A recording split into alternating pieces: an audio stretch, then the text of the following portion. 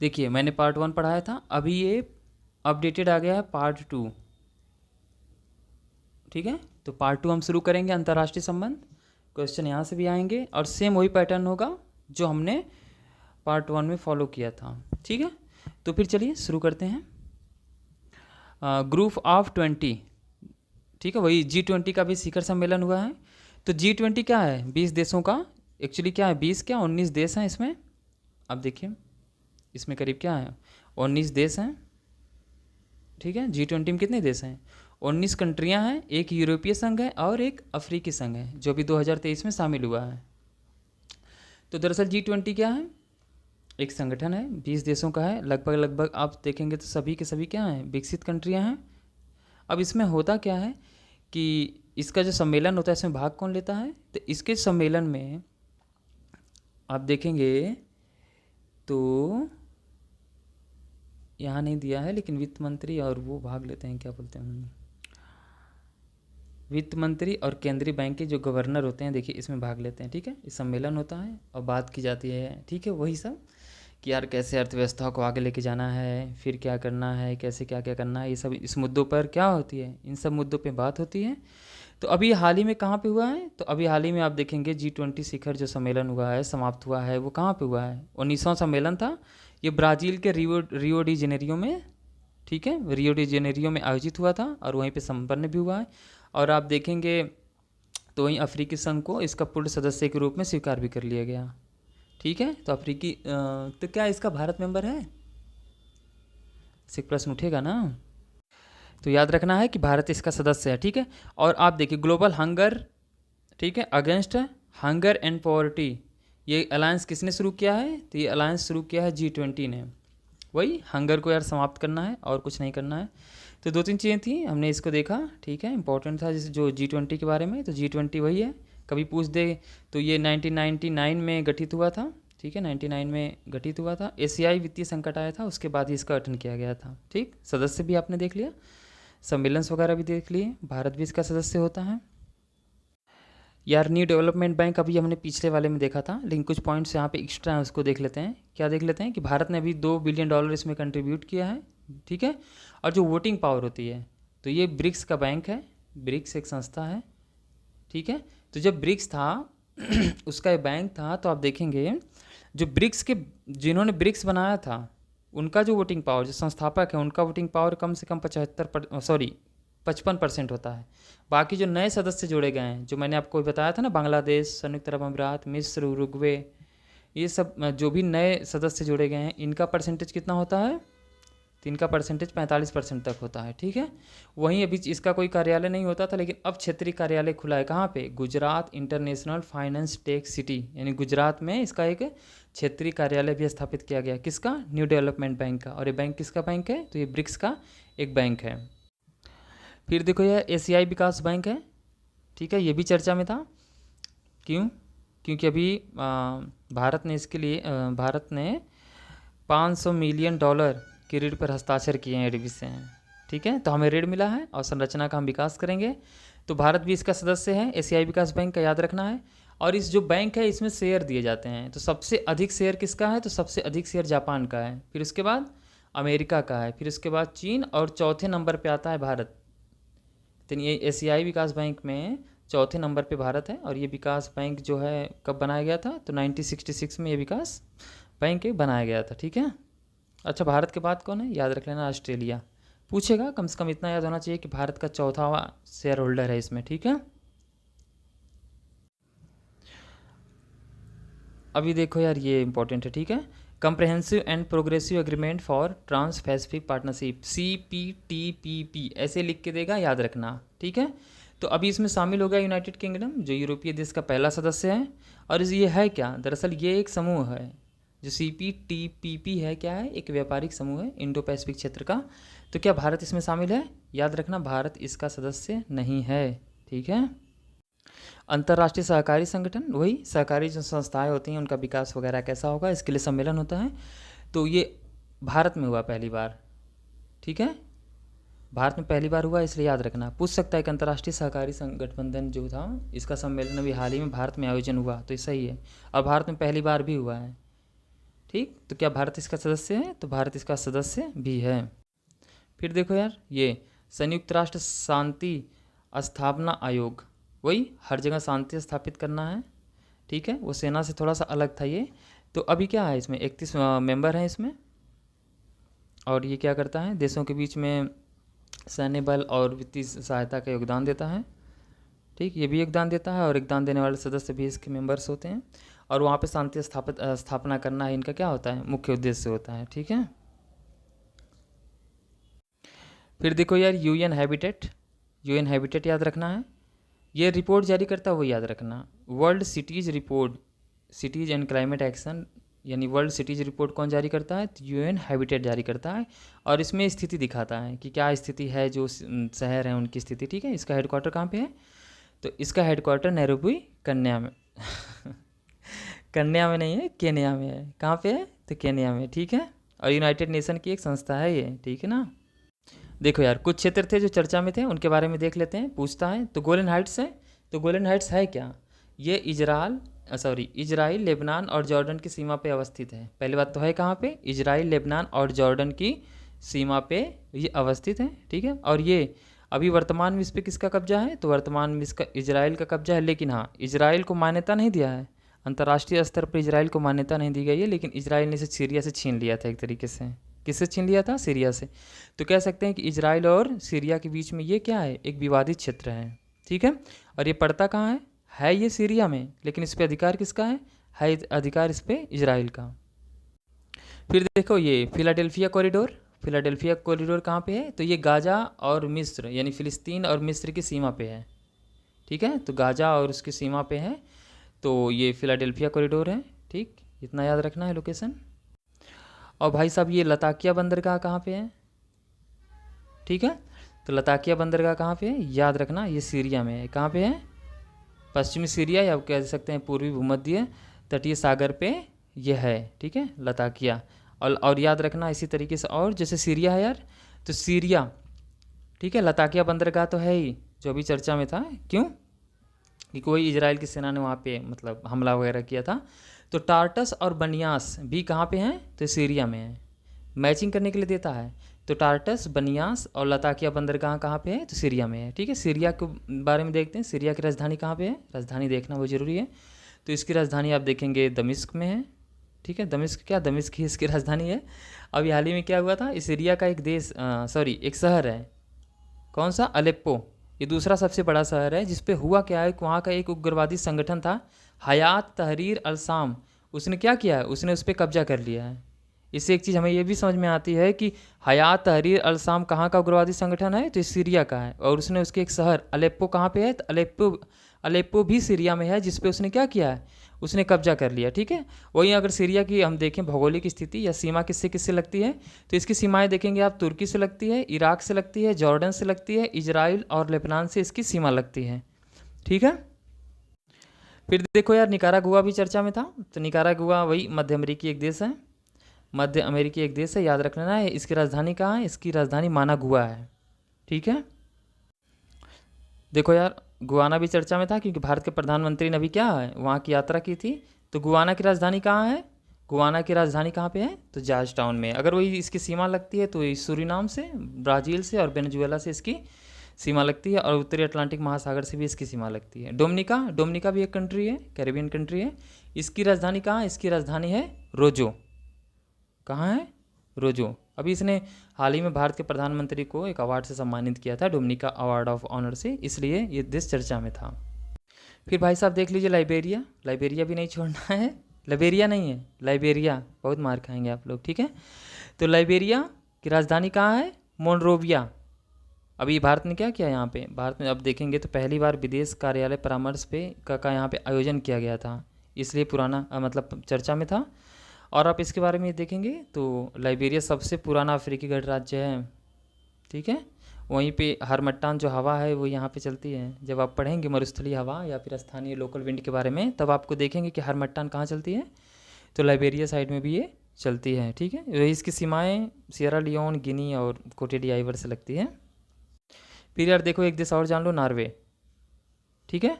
कौन सा देश, नॉर्वे। तो नॉर्वे अभी क्या है, भारत ने इस देश के साथ EFTA समझौता किया है, यानी मुक्त व्यापार संघ का तहत समझौते के तहत अभी इससे चर्चा की है। तो नॉर्वे क्या था, इसलिए चर्चा में था।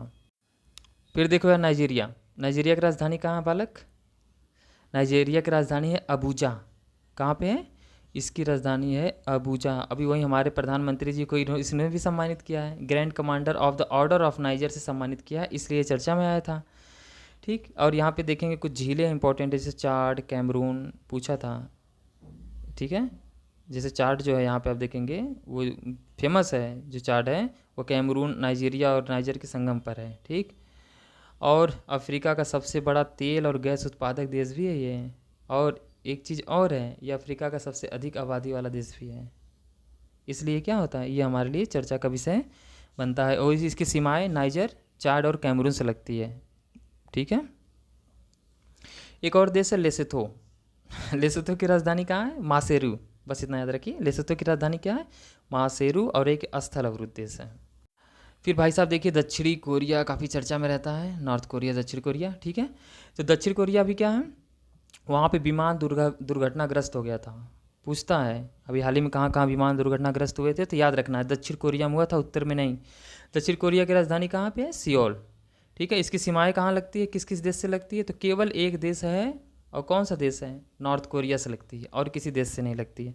और नॉर्थ कोरिया और साउथ कोरिया के बीच में एक 38 डिग्री नॉर्थ अक्षांश या समानांतर रेखा है, जो इन दोनों के बीच में क्या बनाती है? इन दोनों के बीच में सीमा बनाती है। अब 38 डिग्री नॉर्थ है, याद रखना, साउथ मत कर देना यार। ठीक है, तो के भुलवावे खातिर ऐसा कही थी मतलब ऐसा नहीं करना, याद रखना है। ठीक है, और इसकी समुद्री सीमाएं देखेंगे तो वही है, पूर्वी सागर या जापान सागर, पूर्वी चीन सागर और पीस सागर से इसकी सीमाएं लगती हैं। वहीं केर्च स्ट्रेट क्या है? केर्च स्ट्रेट में भी आप देखेंगे तो वहाँ पे यार रूसी टैंकर जो था वो टूट गया था, जिसकी वजह से तेल का रिसाव हो गया था। क्या हुआ था? तेल का रिसाव हो गया था। और आप देखेंगे कि केर्च स्ट्रेट के बारे में, तो ये कहाँ पे? एक क्रीमिया प्रायद्वीप के पूर्वी भाग पर स्थित है। ठीक है, और ये काला सागर और ओजो सागर को जोड़ता है आपस में। काला सागर ओजो सागर को क्या करता है? आपस में जोड़ता भी है। देखो यार मैक्सिको खाड़ी चर्चा में थी, क्योंकि अमेरिका के जो डोनाल्ड ट्रंप है, उन्होंने कहा भैया हम इसको अमेरिका की खाड़ी का नाम बदल कर इसका क्या रखेंगे? अमेरिका की खाड़ी। ठीक है, दादागिरी है। तो मैक्सिको की खाड़ी चर्चा में थी, जिसका नाम अमेरिका खाड़ी रखने का प्रस्ताव रखा था। इसलिए मैक्सिको की सीमाएं देखेंगे तो किससे किससे लगती है मैक्सिको की सीमा? मैक्सिको की सीमा अमेरिका से, मैक्सिको मतलब दक्षिण मैक्सिको से इस खाड़ी की सीमा, और पूर्व में क्यूबा से लगती है। देखिए मैक्सिको, यूनाइटेड स्टेट्स, ठीक है, या क्यूबा से इस खाड़ी की सीमा लगती है। ठीक है, और इसमें गिरने वाली नदियाँ याद रखिएगा, मिसिसिपी और रियो ग्रांडे, ये दोनों बहुत ही बड़ी बड़ी नदी हैं, इसलिए क्या हैं, इसलिए हमारे लिए इंपॉर्टेंट हो जाती हैं।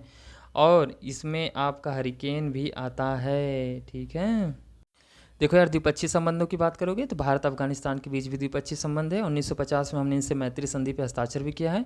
अफगानिस्तान के बारे में क्या है, इसकी लोकेशन इतनी बेहतरीन है कि इसे हार्ट ऑफ एशिया भी कहा जाता है। क्या कहा जाता है? इसे हार्ट ऑफ एशिया भी कहा जाता है। अफगानिस्तान में कुछ डैम है, जैसे सलमा बांध, हेरात प्रांत में सलमा बांध है, जिसमें इंडिया ने सपोर्ट भी किया था। फिर यहाँ पे आप देखेंगे जरांज डोलराम हाईवे भी है, और Indira Gandhi institute of child health भी है, गवर्नमेंट ने हेल्प किया है। अफगान संसद में भी भारत ने हेल्प किया है। ठीक है, सहतूत बांध भी कहाँ पे है? अफगानिस्तान में, इसमें भी गवर्नमेंट ने हेल्प किया है। हबीबियाई हाई स्कूल, यानी कि अफगानिस्तान में आप देखेंगे भारतीय की जो परियोजनाएं हैं कितनी ज़्यादा चल रही हैं। तो डैम याद रखना है, सलमा बांध, सहतूत बांध कहाँ पे है? अफगानिस्तान में। ठीक है, तो अफगानिस्तान की राजधानी कहाँ है भाई साहब? अफगानिस्तान की राजधानी आपकी काबुल में है। कहाँ पे है? काबुल जानते हैं आप। इसकी सीमाएं किससे किससे लगती है? तो इसकी सीमाएं आपकी लगती है ईरान से, ठीक है, और देखिए आप तुर्कमेनिस्तान से, उज्बेकिस्तान से, ये आपका फिर आ गया इसके बाद ताजिकिस्तान से, ठीक है, और आपके पाकिस्तान से। इससे इसकी सीमा लगती है। हालांकि चीन और भारत से तो लगती ही लगती है, चीन से भी इसकी सीमा लगती है। ठीक है, यहाँ की जो प्रमुख नदी है वो कौन सी है? वो अमू दरिया इसकी प्रमुख नदी है। और याद रखना है कि ये एक भू आबद्ध देश है। कौन सा देश है? तो देखो यार अभी चर्चा में था, ठीक है, श्रीलंका भी चर्चा में था, इनके बारे में थोड़ा देख लेते हैं। दरअसल हुआ क्या है कि जो श्रीलंका के राष्ट्रपति हैं, जब इन्होंने पदभार संभाला है तो इन्होंने क्या, पहली यात्रा दिल्ली की ही की है। यानी कि पहली यात्रा कहाँ की इन्होंने? तो पहली यात्रा इन्होंने भारत की। तो जब भारत आए हैं तो कुछ हुआ होगा। जब ये आए तो बात हुई, ठीक है, बात ये हुई कि भाई साहब जो ये कांके संतूरे बंदरगाह है, ठीक है, इसका पुनर्निर्माण होगा और भारत क्या करेगा, भारत इस पे अनुदान या फिर सहायता या हेल्प पहुंचाएगा, ठीक है। तो हमें क्या याद रखना, ये कांके संतूरे बंदरगाह कहाँ पे है, तो ये श्रीलंका में है। कहाँ पे है, ये श्रीलंका में है और भारत इसमें हेल्प कर रहा है, ठीक है। तो ये याद रहना चाहिए। साथ ही साथ आप देखेंगे कुछ और भी हैं जो औद्योगिक केंद्र हैं जो भारत विकसित कर रहा है वहाँ पे, या पे हेल्प कर रहा है। त्रिंकोमाली, त्रिंकोमाली कहाँ पे है, तो ये भी श्रीलंका में ही है। कहाँ पे है, श्रीलंका में ही है। अनुराधाखंडपुरा भी या अनुराधापुरा भी कहाँ पे है, तो ये श्रीलंका में ही है, ठीक है। बाकी आप थोड़ा सा श्रीलंका के बारे में जान लेते हैं रावण की धरती थी, तो देखेंगे श्रीलंका की राजधानी कहाँ है, तो श्री जयवर्धनेपुरा कोट्टे। कहाँ पे है, श्री जयवर्धनेपुरा कोट्टे जो है इसकी राजधानी है। और यहाँ पे प्रमुख पर्वत चोटी देखेंगे तो एडम्स पीक है, याद रखना यार। और ये पिदुरा ला तागला लागला छोड़ दा यार भाई, एडम्स पीक याद रखना यहाँ की क्या है, यहाँ की पीक है। बाकी इसकी सीमाएं आप जानते हैं, बंगाल की खाड़ी से भी लगती है, हिंद महासागर से भी लगती है, मन्नार की खाड़ी से भी लगती है, और भारत के पाक जलडमरू मध्य से भी लगती है। याद रखना अरब सागर से इसकी सीमा नहीं लगती है। किससे नहीं लगती है, तो अरब सागर से इसकी सीमा नहीं लगती है, ठीक है। तो फिर भारत इंडोनेशिया के संबंध के बारे में भी देख लेते हैं। हमारा जब 76वां जो गणतंत्र दिवस था, कब मनाया जाता है गणतंत्र दिवस, वही 26 जनवरी को जब गणतंत्र दिवस था, तो जो इंडोनेशिया के राष्ट्रपति हैं, ठीक है, इनको मुख्य अतिथि के रूप में बुलाया गया था और ये शामिल भी हुए थे, ठीक है। तो अभी देखिए इंडोनेशिया के साथ हमारे कैसे रिलेशन है, क्या चल रहा है, तो कुछ चीज़ें हैं देख लेते हैं। इंडोनेशिया के आचेह में एक सबांग बंदरगाह है जिसकी हेल्प कर रहा है भारत। सबांग बंदर कहाँ है, इंडोनेशिया में है, जिसकी हेल्प कौन कर रहा है, भारत कर रहा है। ये आपको याद रहेगा, याद रहना चाहिए बालक, बहुत मारेंगे नहीं तो। इसके बाद देखिए इंडोनेशिया है, इंडोनेशिया की राजधानी कहाँ पे है, जकार्ता, ठीक है। राजधानी में आपसे बार बार करवाता हूँ, इंपॉर्टेंट है, मिलाने के लिए देता है। हमारी तैयारी थोड़ी सी यूपीएससी के लिए है ही, थोड़ा सा ऊपर भी सोचना है, कभी दे दिया तो क्वेश्चन गलत ना हो। और वैसे भी राजधानी तो जाननी ही पड़ेगी, आज नहीं कल को आपको जानना ही पड़ेगा, लेकिन जानना ही पड़ेगा, ठीक है। तो इसकी भूमि जो सीमाएं हैं वो पापुआ न्यू गिनी से, पूर्वी तिमोर और मलेशिया से इसकी सीमाएं लगती हैं। साथ ही साथ आप देखेंगे तो यहाँ पे करीब 17,000 से अधिक द्वीप हैं। इंडोनेशिया में 17,000 से अधिक द्वीप पाए जाते हैं। फिर देखिए अभी कुवैत चर्चा में था। दरअसल हुआ क्या है कि पहली बार बहुत दिनों बाद कोई भारत का जो प्रधानमंत्री हैं वो कुवैत की उन्होंने यात्रा की है, इसलिए कुवैत क्या था, चर्चा में था। तो कुवैत वही अरेबियन कंट्री ये भी है। तो कुवैत सिटी इसकी राजधानी है। इसकी जो सीमा है वो इराक और सऊदी अरब से लगती है। देखिए ये रहा आपका कुवैत, इसकी सीमा कहाँ लग रही है, तो सऊदी अरेबिया से लग रही है और दूसरा यहाँ पे इराक से लग रही है। और हाँ यहाँ आप देखेंगे तो भाई साहब इसकी सीमा ईरान से भी लग रही है, ठीक है। और ये पर्शियन गल्फ़, जो पर्शियन की खाड़ी है उससे भी इसकी सीमा लगती है, ठीक है। जो फारस की खाड़ी है उससे भी इसकी सीमा लगती है, ठीक ना। और रेगिस्तानी पार्ट है ये तो आप जानते ही हैं। बाकी भारत का देखते हैं, जो ये खाड़ी सहयोग परिषद है, खाड़ी सहयोग परिषद का मतलब यही जो खाड़ी देश हैं, जो अरेबियन कंट्री हैं, जो पर्शियन ऑफ गल्फ़ की खाड़ी में वगैरह में जो कंट्रीज हैं, तो इसमें करीब 6 देश शामिल हैं। इन्हीं को खाड़ी सहयोग परिषद के अंतर्गत देखा जाता है। इन 6 देशों में आप देखेंगे Bahrain, Kuwait, Oman, Qatar, Saudi Arab और संयुक्त अरब अमीरात, ये 6 देश शामिल हैं। भारत के साथ इनके जो रिलेशन हैं वो आर्थिक बहुत ज़्यादा महत्व के हैं। जैसे आप देखेंगे भारत अपने कच्चे तेल की आवश्यकताओं का करीब 50% तो यहीं से लाता है, और जो प्राकृतिक गैसेज, जो नेचुरल गैसेज हैं, वो भी 70% कहाँ से लाता है, यहीं से लाता है। और साथ ही साथ अगर आप देखेंगे LNG जो तरलीकृत प्राकृतिक गैस है, सबसे ज़्यादा हमें कतर ही आपूर्ति करता है। तो इसलिए इनका क्या है, इम्पोर्टेंट रोल हो जाता है। खाड़ी सहयोग परिषद से हमारे रिलेशन हैं, बहुत अच्छे हैं, लेकिन हम इसके सदस्य नहीं हैं, भारत इसका सदस्य नहीं है। फिर देखिए और एक देश है, देशों का संगठन है यूरोपीय संघ। भारत और यूरोपीय संघ का जो रिलेशन है वो भी अभी चर्चा में रहा, ठीक है, काफ़ी बात हुई थी। तो आप देखेंगे जो यूरोपीय संघ है भारत का 9वां सबसे बड़ा व्यापारिक साझेदार है, इसका भी काफ़ी महत्व है। 9वां यानी कि 9वें नंबर पे है जिसके साथ हम ट्रेड करते हैं, ठीक है। तो ये यूरोपीय संघ का इम्पोर्टेंट रोल है। और यूरोपीय संघ में आप देखेंगे तो करीब 27 कंट्री हैं, बाकी बहुत सी चीज़ें हैं। इसकी राजधानी आप देखेंगे तो कहाँ है, ब्रुसेल्स में इसकी राजधानी है। और वही 27 देश हैं, तो लगभग लगभग सबसे सीमा लगे ही लगेगी, जितने भी वहाँ के सागर वगैरह हैं। ठीक है, याद क्या रखना है इसमें, याद ये रखना है कि यहाँ पे कुछ देश हैं जिनको नॉर्डिक देश और बाल्टिक देश कहते हैं। यूपीएससी इनकी लोकेशन पूछता है, क्या पूछता है, तो लोकेशन पूछता है। ठीक है,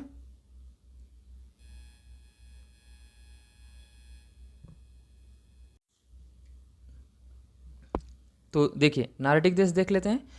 तो नॉर्डिक देश में कौन कौन से देश आते हैं, करीब 5 देश आते हैं, फिनलैंड, स्वीडन, नॉर्वे, आइसलैंड और डेनमार्क। बाल्टिक देश में कौन देश आते हैं, एस्टोनिया, लातविया, लिथुआनिया।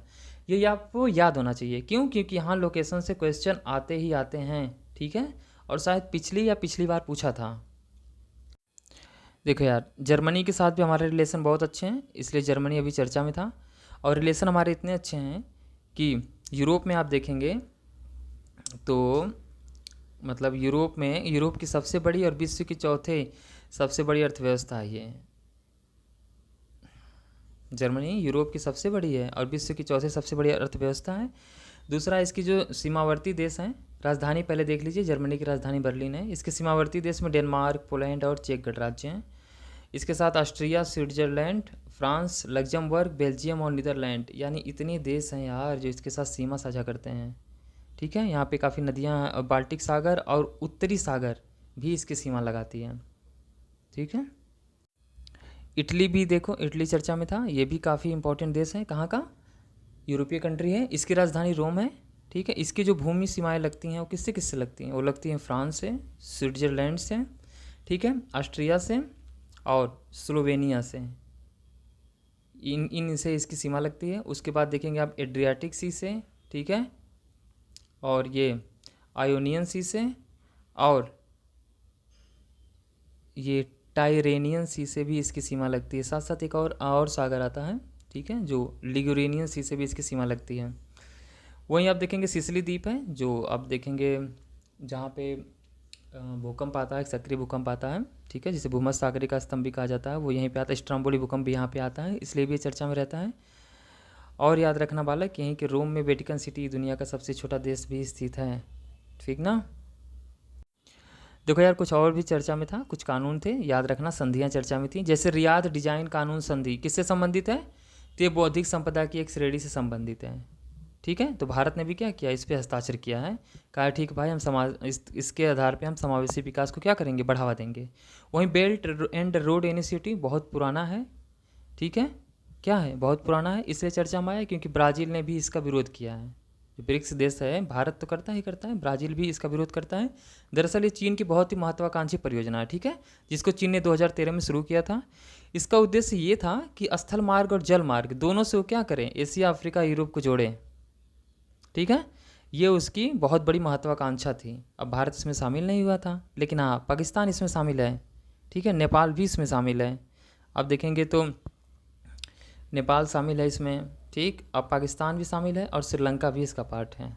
ये काफ़ी भारत के लिए चैलेंजिंग था जब आया था तो। ठीक है, ये देखिए क्रॉस रोड ऑफ पीस क्या है, ये क्रॉस रोड ऑफ पीस जो है, जो आर्मेनिया है उसके अगल बगल के जितने भी देश हैं उनके बीच कनेक्टिविटी, यानी कि ये कनेक्टिविटी परियोजना है, किसकी, आर्मेनिया की। ठीक ना, उनसे कनेक्टिविटी अपनी बढ़ाएगा और कुछ नहीं है। देखो यार, अभी त्रिपक्षीय जो विद्युत का आदान प्रदान हुआ है, ठीक है, अब भारत क्या है, भारत के ग्रिड के जरिए नेपाल से अब बांग्लादेश में विद्युत पहुंचाई गई। यानी नेपाल तो जा ही रहा था, अब कहाँ कहाँ जा रही है, बांग्लादेश, यानी कि नेपाल और बांग्लादेश को भी विद्युत की आपूर्ति की गई। ये कास्केस घोषणा क्या है, तो कास्केस घोषणा पत्र याद इतना रखना है बालक, ये यूनाइटेड नेशन क्या है, यूनाइटेड नेशन यानी संयुक्त राष्ट्र की एक घोषणा है, जिसके अंतर्गत सभी को आपस में संस्कृतियों के संपर्क को आपस में बढ़ावा देना है, यानी एक दूसरे के लोग पास में आए हैं, ठीक है, भाईचारा बढ़े, इन्हीं सबको बढ़ावा देने के लिए ये कास्केस घोषणा पत्र लाया गया है। और किसकी देन है ये, यूनाइटेड या संयुक्त राष्ट्र की घोषणा पत्र। ठीक है, एक फेवा डायलॉग है, फेवा डायलॉग दो देश आपस में बात करते हैं। तो अभी हाल ही में शुरू किया गया है, एक शुरू किया, और किन किन देशों ने किया है, तो नेपाल और चीन, यानी फेवा डायलॉग किसके किसके बीच में होता है, नेपाल और चीन के बीच में होता है। और आप देखेंगे नेपाल की एक झील है, फेवा झील, ठीक है, नेपाल की एक फेवा झील है जिसके नाम पे इसको फेवा डायलॉग नाम दिया गया है। ये देखिए इंटरपोल या इनको इंटरनेशनल पुलिस भी कहा जाता है, जो सहयोग करती हैं, ठीक है। हमारी सीबीआई को भी काफ़ी हेल्प पहुंचाती हैं। अगर कोई अपराधी यहाँ से भाग जाता है तो उसके बारे में इंफॉर्मेशन वगैरह जारी करना होता है या प्राप्त करना होता है, तो ये इसमें हेल्प पहुंचाती हैं, ठीक है। तो ये रेड नोटिस जारी करती हैं। अभी हम देखेंगे कौन कौन सी रेड नोटिस, कभी पूछेगा कौन जारी करता है, तो याद रखना रेड नोटिस यही जारी करते हैं। लेकिन ये कोई गिरफ्तारी वारंट नहीं होता है। इसमें क्या होता है, इसमें गिरफ्तारी का के लिए अनुरोध किया जाता है। क्या किया जाता है, गिरफ्तारी के लिए अनुरोध किया जाता है इनसे कि भैया आप उनको क्या करें, उनको पकड़ के लाएं। अब देखो यार, इंटरनेशनल पोल द्वारा जो भी नोटिस जारी की जाती है, कभी भी इसके बारे में क्वेश्चन पूछ सकता है, ठीक है। तो पहली बात तो बहुत सी नोटिस जारी करता है, red notice, green notice, yellow notice, orange notice, blue notice, purple notice, black notice, Interpol, UNSC special notice, इतने प्रकार की नोटिस जारी करता है। तो पूछेगा कि नोटिस दे देगा, पूछेगा कौन जारी करता है, तो इंटरपोल जारी करता है। अब इनके अंदर अंदर क्या है, थोड़ा सा ये जान लेते हैं। जैसे रेड नोटिस किसके लिए जारी किया जाता है, तो जो वांटेड व्यक्ति होता है उसके लिए। वहीं येलो नोटिस किसके लिए जारी किया जाता है, जो गुमशुदा व्यक्ति है उसका पता लगाने के लिए। कोई गया और मान लीजिए सऊदी अरबिया में जाके खो गया, अब उसके बारे में इंफॉर्मेशन लेनी है गवर्नमेंट को, कैसे मिलेगा, तो वो जाके इंटरपोल से कहेंगे, तो इंटरपोल एक नोटिस जारी करेगी जिसको येलो नोटिस कहेंगे, ठीक है। उसी तरीके से रेड नोटिस, कोई वांटेड व्यक्ति भाग के वहाँ चला गया जो भारत चाहता है कि भारत आए, तो उसके लिए रेड नोटिस जारी होगा। फिर अगर किसी के बारे में कोई खुफिया जानकारी प्राप्त करनी है तो उसके लिए ग्रीन नोटिस जारी होगी, ठीक है। और आप किसी के बारे में और एक्स्ट्रा इन्फॉर्मेशन लेनी है तो ब्लू नोटिस जारी होगी। इसके बाद देखिए बहुत से पर्पल वगैरह हैं। और ब्लैक नोटिस भी है। ब्लैक नोटिस का मतलब है अगर कोई व्यक्ति गया विदेश में, उसकी डेथ हो गई, ठीक है, या यहाँ से इन्फॉर्मेशन देना है कि देख लीजिए कहीं आपके देश का तो नहीं है, तो इसके लिए फिर क्या, फिर एक ब्लैक नोटिस जारी की जाती है। और ये सारे के सारे कौन करता है, तो ये इंटरपोल द्वारा जारी किया जाता है, ठीक है। तो जैसे इंटरपोल है वैसे ही भारत में भी भारत पोल है। तो इसकी शुरुआत सीबीआई ने किया है, ठीक है, सीबीआई द्वारा विकसित है। वो भी इसी तरीके से हेल्प पहुँचाता है जैसे ये पहुँचाता है। देखो यार, एक आता है एनआईए या राष्ट्रीय जांच एजेंसी, नेशनल इन्वेस्टिगेशन एजेंसी। अब ये क्या करती है, दरअसल हुआ क्या था, 2008 में मुंबई में आतंकवादी हमला हुआ, ठीक है। तो हमारी राष्ट्रीय जो सुरक्षा थी उसको चुनौती मिली थी ना। तो अब ये हुआ कि भैया ऐसा कोई हमला ना हो, ठीक है। इसकी इन्फॉर्मेशन प्राप्त करने के लिए, इसे रोकने के लिए राष्ट्रीय जांच एजेंसी बना दी गई कि भाई आप पहले ही जांच करिए। एक तरीके से खुफिया एजेंसी है। किस प्रकार की एजेंसी है, तो खुफिया एजेंसी है। और ये इसका जो अधिकार क्षेत्र है वो सिर्फ भारत में ही नहीं है, अधिकार क्षेत्र पूरे देश में तो है ही है। ये भारत के बाहर भी मामलों की जांच कर सकता है, ठीक है। और ये केंद्रीय गृह मंत्रालय के अंदर काम करता है। साथ ही आप देखेंगे तो ये जितने भी हैं आतंकवाद हैं, संगठित अपराध हैं, इन सब के खिलाफ क्या कर सकता है, जांच कर सकता है और उनको रोकने के लिए एफर्ट भी कर सकता है। बाकी एक छोटा सा इन्फॉर्मेशन याद रखना यार, जो ये भारतीय रासायनिक परिषद है, ठीक है, रासायनिक युद्ध वाला वही, ठीक है, इसको OPCW द हेग पुरस्कार से सम्मानित किया गया। तो पूछ सकता है OPCW द हेग पुरस्कार से किसको सम्मानित किया, तो भारतीय रासायनिक परिषद को सम्मानित किया गया, ठीक है। अभी डिजिटल अरेस्ट बहुत चर्चा में था। क्या है डिजिटल अरेस्ट, डिजिटल अरेस्ट का मतलब है कि वो आपको पकड़ के पुलिस ले नहीं जाएगी। दरअसल एक तरीके से साइबर फ्रॉड है, ठीक है। इसमें ऑनलाइन स्कैमिंग की जाती है। आपके यहाँ वीडियो कॉल्स किए जाते हैं, ठीक है, अपराधी फ़ोन करता है, वीडियो कॉल करता है और अपने आप को एक अधिकारी बताता है कि हम एक भाई पुलिस ऑफिसर हैं और आपको इस वजह से गिरफ्तार किया जा रहा है, ठीक है। या आपके फ़ोन में ऐसा वैसा कुछ था, या फिर इन टैक्स को लेकर के कुछ भी करके किसी तरीके से उनको सिर्फ साइबर फ्रॉड करना होता है ताकि वो उससे फिरौती मांग सकें, पैसा मांग सकें, ठीक है। तो बता कर लोगों को परेशान करते हैं। बाकी डिजिटल अरेस्ट आप देखेंगे तो गैर कानूनी है, इससे डरने की ज़रूरत नहीं है। इसके बाद आप देखिए अभी हाल ही में जो राष्ट्रपति थे रूस के, उन्होंने जो परमाणु सिद्धांत उनके यहाँ का, उन्होंने उसमें संशोधन किया है। संशोधन करके उसे और क्या किया, उसे अपडेट किया और सख्त बनाया है, ठीक है। तो किसने किया है, तो रूस ने किया है अपने परमाणु सिद्धांत में संशोधन, ठीक ना। फिर देखो यार, ये चर्चा में था, इसको देख लेना, ये मिलाने के लिए कभी भी दे सकता है। इस साल नहीं देगा, अगले साल देगा, लेकिन कभी न कभी तो दे ही सकता है, ठीक है। ये हिंसक संगठन और ये क्षेत्र, जैसे बहुत से हिंसक संगठन है ना, वो किस देश में पाए जाते हैं वो जानना बहुत ज़रूरी है। जैसे M23 रिबेल, ये कहाँ पे है, democratic Republic of Congo, Hezbollah Lebanon का संगठन है, अबू सयाफ फिलीपींस का संगठन है, अल शबाब सोमालिया का संगठन है, हुती कहाँ के हैं, हुती विद्रोही यमन के हैं, बोको हराम कहाँ का है, नाइजीरिया का है, ISIS का नाम सुने हैं ना आप, Islamic state of Iraq and Syria, ये कहाँ पे हैं, सक्रिय हैं, तो इराक एंड सीरिया में हैं। जमाह इस्माइलिया इस्लामिया ये कहाँ के? इंडोनेशिया, फिलीपींस और मलेशिया में एक्टिव हैं। वहीं अलकायदा देखेंगे तो कई देशों में है, ठीक है, जिसमें अफगानिस्तान, पाकिस्तान, यमन, लीबिया, ट्यूनीसिया, इन सब में एक्टिव है अलकायदा। और अंसार अल सरिया दोनों था। अब PKK कुर्दिस्तान वर्कर्स पार्टी, ये तुर्की इराक में ज़्यादा एक्टिव है। हमास कहाँ पे है? तो ये फिलिस्तीनी जो गाजा पट्टी है वहाँ पे एक्टिव हैं। अराकान रोहिंग्या साल्वेशन आर्मी है, यानी रोहिंग्या नाम आ गया तो म्यांमार में हो जाएंगे। काचिन इंडिपेंडेंस आर्मी कहाँ पे है? तो म्यांमार में, यानी काचिन भी कहाँ पे है? तो म्यांमार में। अंसार डाइन कहाँ पे है? माली में है। FARC यानी revolutionary armed forces of Colombia, तो नाम ही कोलंबिया है तो ये कहाँ पे है? कोलंबिया में एक्टिव है। ये जानना जरूरी है ना, इसको जानना है, थोड़ा थोड़ा ही जान लेना लेकिन जान लेना है, कुछ तो इंपॉर्टेंट है। जैसे इसमें से मान लीजिए हुती, बोको हराम, हिजबुल्ला, हमास, ठीक, अंसार डाइन, ये सब थोड़ा सा इंपॉर्टेंट है। देखो यार, अपडेटेड वाले में भी दे दिया है द्विपक्षीय अभ्यास किनके किनके बीच में होता है। मैंने बताया था ना सैन्य अभ्यास पार्ट 1 में। तो ये गरुड़ शक्ति किसके किसके बीच में है? भारत और इंडोनेशिया के बीच में है। ये विनबैक्स किसके किसके बीच में है? भारत और वियतनाम के बीच में है। अभी अम्बाला में आयोजन हुआ था इसका। आस्ट्रा हिंद तो समझ ही में आ रहा है, ऑस्ट्रेलिया और भारत के बीच में है। ये स्त्रीनेक्स किसके बीच में है? श्रीलंका और भारत, ये भी समझ में आ रहा है। हरिमऊ शक्ति भारत मलेशिया। अभ्यास शक्ति Bharat France. Agree warrior Bharat और सिंगापुर, ठीक है। सिनबैक्स भारत और कंबोडिया के बीच में है। अभ्यास सूर्य किरण भारत और नेपाल के बीच में है। किसके बीच में है? भारत और नेपाल के बीच में सूर्य किरण है। इसमें इंपॉर्टेंट है गरुण, ठीक है। अभ्यास सूर्य किरण, अभ्यास शक्ति, ये थोड़ा सा इंपॉर्टेंट है, ठीक है। अब ये कुछ और अभ्यास हैं जैसे डेजर्ट नाइट किसके बीच में है? भारत फ्रांस और संयुक्त अरब अमीरात, और ये अरब सागर में होता है। डेजर्ट नाइट भी इंपॉर्टेंट है। ये ला पैरोस कौन कौन से हैं? तो ला पैरोस है भारत हैं और 9 देश और हैं भाई, इंडो पैसिफिक के 9 देश और हैं, ठीक है। इन 9 देश में आप देखेंगे Australia, Canada, America, France, Bharat, Indonesia, Malaysia, United kingdom और सिंगापुर, ये सब इसमें शामिल हैं। इसके बाद देखिए कुछ जो मानवों की हेल्प के लिए हैं अभ्यास हैं।